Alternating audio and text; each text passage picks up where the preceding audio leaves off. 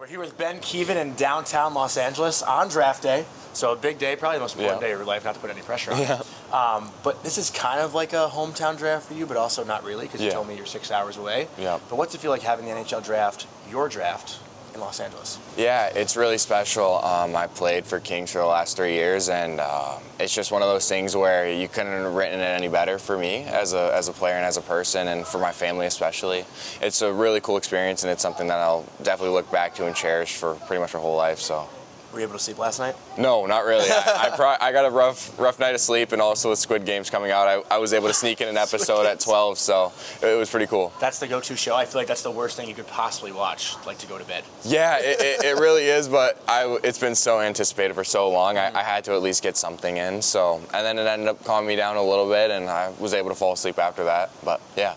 All right, is it living up to like the first season? I don't really watch the show, but like I've heard it's only, getting better and better. Yeah. From what I've watched so far, I've only watched the first episode, but it seems pretty good. It seems like there's going to be a lot of twists from what the last 2 seasons have been, so I'm really excited. All right, cool. Speaking of like the draft, everything going on, I know you told me you moved down here a couple weeks ago. Yeah. So you're from Northern California, but you've been spending your time here. Obviously, this has become a home for you. Yeah. What made you make the jump from growing up near the San Jose area to now being down here in Los Angeles? Yeah, I think the biggest thing is I wanted to play for the Kings. I knew from the first time I played them when I was still up north. I think I played them when I was 13. And I knew that it was a program that was really good at moving kids along and moving kids in, to areas like this, the draft. So I was really laser focused on wanting to be here. And I came here, I ran with it, and I was able to make bonds that will, last a lifetime, and they've been so, welcoming me with open arms and letting me come back here whenever I really need help and want to train more with, my buddies, so I think I've been really fortunate about it. When did you first become aware of the USHL, speaking of development and whatnot? Like, was there someone whose footsteps you followed in from Los Angeles that got your attention of the USHL, or how did you first find out about it? The first time I really found out about it was at the Fall Classic. We played in it. My junior Kings played in it for 2 years, and the first game I watched was actually Celebrini's first game. No way. Yeah, wow. Celebrini versus Swanson, and it was one of those things because Swanson's an Alaska kid, so just hearing about him, I watched him play the year before at regionals, and I was like, oh wow, I watched this kid just light it up at regionals, carried his team pretty much to national bound tournament, and so I was like, wow, this kid is playing in this league, this is something that I should really look into, and something that I should really, try to do, and I've ended up, really studying it after that, and ended up falling in love with Des Moines, and, really excited with how it panned out. Did you know Macklin at all from growing up? Yeah, I've skated with him a few times. We were never really super close, but I've definitely skated with him, his brother Aiden, and his little brother RJ a few times. His dad works with the Warriors, so he's from up north as well. So, yeah, I've skated with him a few times. That's really cool. I didn't know that you knew Macklin. That's awesome. What a great person. Yeah. Footsteps to follow. Oh, I know. Unbelievable player. So first impression, I find it really cool that you were playing for the junior Kings, and then you left that team to join the USHL in the early parts of the season.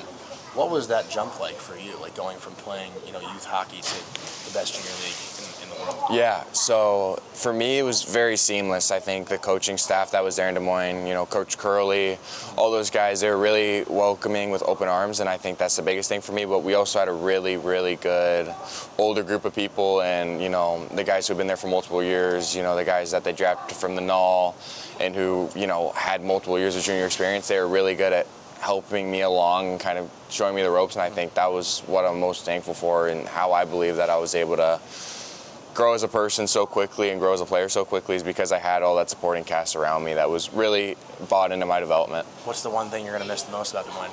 I'd probably say, especially compared to here, there's no traffic, and I think it was just so much more easy to drive around and get around places.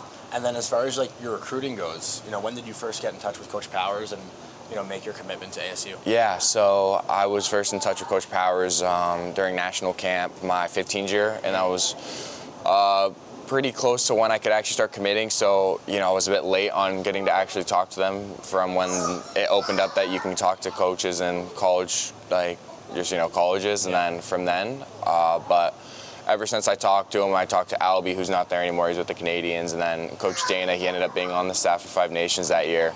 And I just grew really close with their whole staff. And, you know, I was really bought into what they want, and I was really bought into their goals. And I thought it was really special what they're trying to do there. So I would have loved to be a part of it. And that's been my mindset ever since. So I'm really excited. Outside of the Sunday pool parties, what are you looking forward to most? I mean, I'd probably say just for the fans. From what I've heard from, you know, Colin, like we said, who's there already for a year, like it's one of the craziest places to play, and I think that's what I'm most excited for. Yeah, I mean, I haven't been to Mullet yet. Yeah. I played against them when they were in Oceanside Arena, and even that rink was like still pretty cool. So I can only imagine what the atmosphere will be like at Mullet. But I got to ask this question just to kind of wrap things up. When you picture yourself in the NHL, is it scoring your first goal? Is it playing in front of a sold-out crowd in a specific city or rink?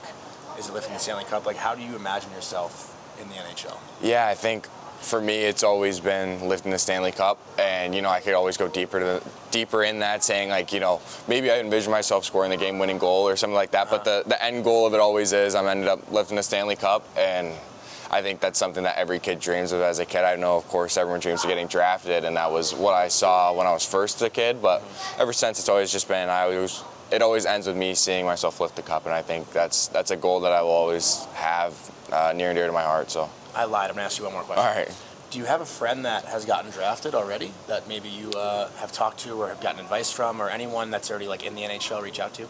I mean, I know Zellers pretty well. I played with him at junior A. He's a really good kid, and just talking to him about the whole process from his year before, and he just really told me about, you know, it's not always easy, especially, you know, he had his ups and downs with his shoulder and all that, but I think just kind of having him as a player who has gone through all that adversity and all those battles, and he's still doing what he was able to do this year especially, and, you know, just being as good of a player as he is, I think it was really good to have him, you know, in my corner really helping me along.